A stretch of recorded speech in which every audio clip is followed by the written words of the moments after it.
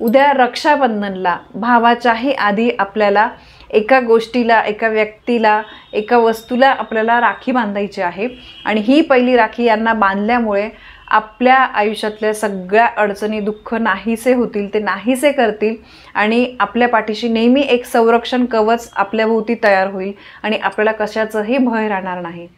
तर रक्षाबंधनला सगळ्यात पहिली राखी जी आहे तर मी तुम्हाला सांगते, तर त्यांना आपल्याला राखी बांधायची आहे। भावाला तर आपण राखी बांधणारच आहोत, पण मी तुम्हाला खूप प्रभावी उपाय सांगते। अगदी हा पॉवरफुल उपाय आहे। मी मागच्या वर्षी सुद्धा तुम्हाला सांगितलं होतं।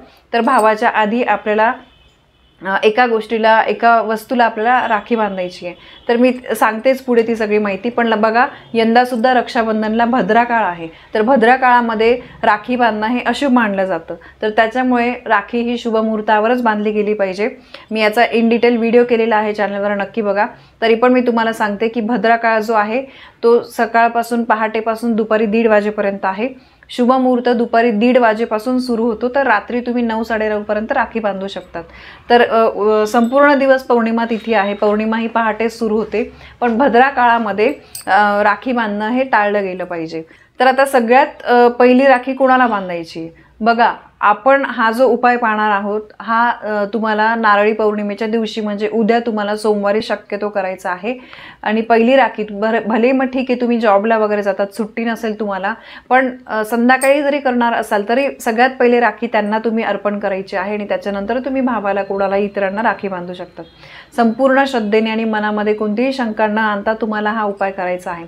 कारण बघा, एखादी गोष्ट नेहमी लक्षात असू द्या की आपण एखादं कार्य ज्यावेळेस मनापासून करतो तर त्यावेळेस त्याचं संपूर्ण फळ आपल्याला मिळतं आणि ते पूर्ण आपल्या मनातली इच्छा जी आहे तर ती पूर्ण होते। या उलटच बघा, जर एखादं काम सुरू होण्याआधीच तुम्हाला वाटत असेल की हे काम पूर्ण नाही होणार किंवा मला यामध्ये यश नाही मिळणार, तर त्यावेळेस ते काम किती पण सक्सेसफुल होणार असेल तरी तुम्हाला त्याच्यामध्ये यश मिळत नाही। म्हणून कुठली पण गोष्ट जी तर ती तुम्ही संपूर्ण मनाने, पॉझिटिव्ह विचार मनामध्ये ठेवून तुम्ही करा। बघा, प्रभू श्रीरामांनी मारुतीला असं वरदान दिलं होतं की या कलियुगामध्ये जी व्यक्ती मनापासून तुमची भक्ती करेल, मनापासून तुमची सेवा करेल, तुमचं स्मरण करेल, त्या व्यक्तीच्या कोणत्याही अडचणीसाठी तुम्ही धावून जाल, त्या व्यक्तीच्या मदतीला तुम्ही नेहमी तिथे उभे असाल।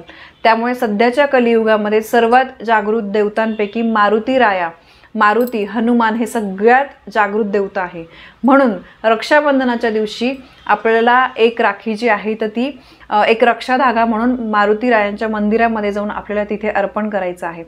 बघा, मारुतींचं मंदिर जवळपास नसेल, हनुमानांचं मंदिर जवळपास नसेल, तर तुम्ही एक छोटासा फोटो असेल तुमच्या घरामध्ये तर त्याला तुम्ही अर्पण केली तरी पण चालेल।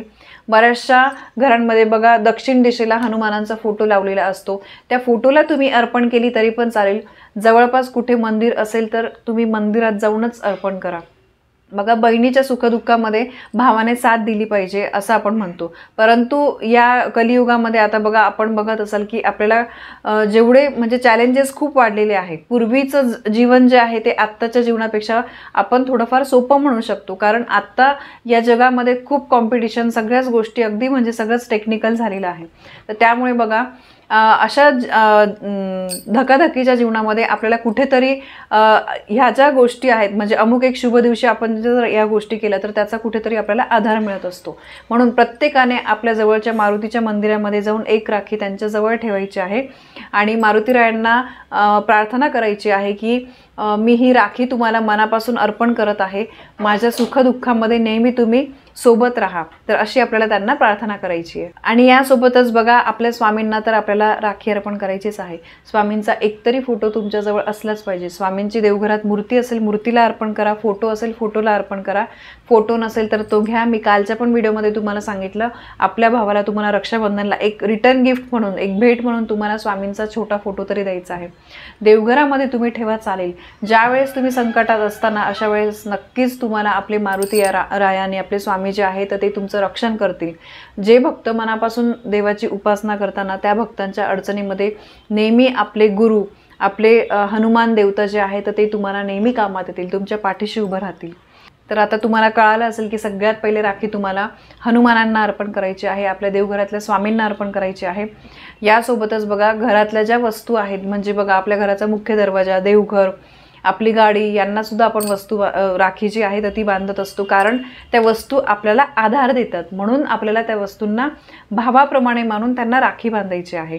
आपल्या बघा अडीअडचणींमध्ये त्या गोष्टींचा आपण मदत घेऊन आपण जे आहे आपला दिवस जो आहे तर तो घालवत असतो. त्या गोष्टी आपल्याला रोजच्या दैनंदिन जीवनामध्ये आपल्याला कामी येत असतात. म्हणून त्या वस्तूंना सुद्धा आपल्याला राखी बांधायची असते. तर बघा, सगळ्यांनी स्त्रियांनी लक्षात ठेवून उद्या मारुतीरायांना आणि आपल्या स्वामींना राखी अर्पण करा. अतिशय महत्त्वाची गोष्ट आहे. आत्तापर्यंत तुम्ही केली असेल अतिउत्तम, नसेल केली तर यावेळेस नक्की अर्पण करा. तर ही एक अतिशय महत्त्वाची माहिती मला तुमच्यापर्यंत पोहोचवायची होती. माहिती तुम्हाला आवडली असेल तर व्हिडिओला लाईक करा, शेअर करा.